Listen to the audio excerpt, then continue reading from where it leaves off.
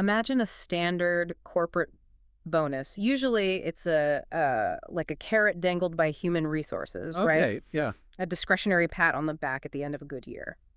But what if that payout wasn't just a nice perk, but an absolute constitutional right born out of a literal revolution? Which is pretty wild to think about. It really is. And that's what we're looking at today with Mexico's PTU. Welcome to this deep dive, where our mission is to uncover why this mandatory 2026 payout, which is based on 2025 profits, by the way, is a total compliance minefield for companies. And also a deeply rooted piece of social justice for the workers. Exactly.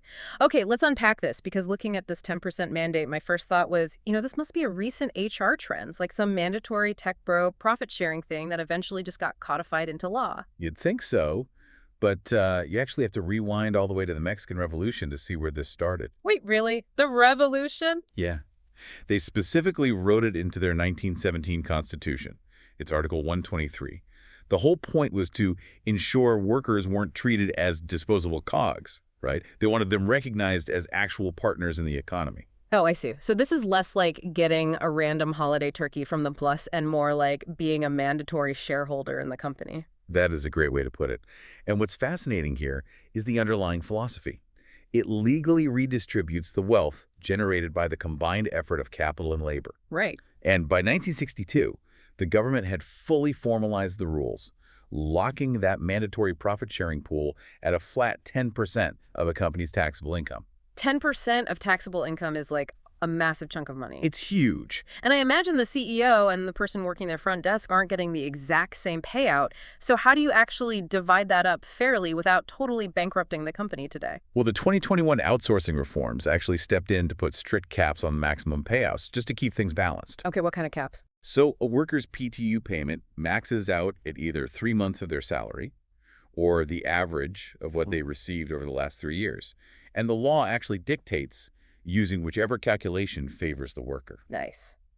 And how do they figure out the base amount before hitting those caps? Before you hit the caps, the 10% pool is split straight down the middle into 2 equal buckets. Okay. It's a really clever balancing act, By splitting it 50-50, the law rewards pure sweat equity, just showing up and putting in the days with the first half. And the second half? The second half is based on the technical value or seniority reflected in their actual salary. Wait, I have to push back on this burden for a second. If a startup just opened its stores, Yeah. forcing them to pay 10% immediately sounds like it would completely crush a new business before it even gets off the ground. Oh, absolutely. Yeah. But the law actually anticipates that fragile reality. Mm-hmm. Companies of new creation are entirely exempt from paying the PTU during their first year of operation. Oh. Yeah, it balances worker rights with the undeniable financial strain of starting a business. Okay, that exemption makes total sense. But for established companies prepping for this 2026 payout, knowing the rules is one thing. What happens if an employer just miscalculates or, tries to dodge it? My boy. Because here's where it gets really interesting. It seems like missing a PTU payment isn't just a simple payroll error. It's like a tripwire, right? Yeah. It's a legal domino effect. One missed payment and the tax man, the labor board, and your unions all crash through your door. It really is a triple threat contingency. So on the labor front, missing a PTU payment is literal legal grounds for workers or unions to trigger a strike. Wow. Employees can also file complaints with Profidet, the Federal Labor Defense Agency. And in those tribunals, the burden of proof falls entirely on the employer. So the company has to prove they didn't mess up. Exactly. Yeah. And administratively, you're looking at severe fines. We're talking 50 to 5,000 UMAs, which are Mexico's standardized penalty units. And that is per affected worker. Per worker. Yikes. Yeah, if you have hundreds of employees, that multiplies into a devastating financial hit. Plus, a single report sparks an exhaustive inspection from the Secretariat of Labor. So the labor board handles the immediate employee fallout and the fines, but does the government itself actually go after the company's operating status? Oh, definitely. If you don't pay on time, or even if you just don't follow the exact committee rules, Mexico's tax authority, the SAT, can deny your tax deductions for those payments. Ouch. Worse, they can revoke your company's positive opinion status. Without that, you are legally blocked from securing any public sector contracts.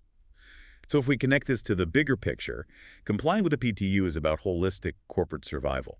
It's not just avoiding a fine. Right. So what does this all mean for you listening? Ultimately, we are looking at a constitutional mandate with a highly complex formula carrying incredibly high stakes legal requirements. Yeah, and it forces companies to treat their workforce as invested stakeholders, Huh? not just expenses on a ledger. Exactly. Which leaves us with this final thought for you to chew on.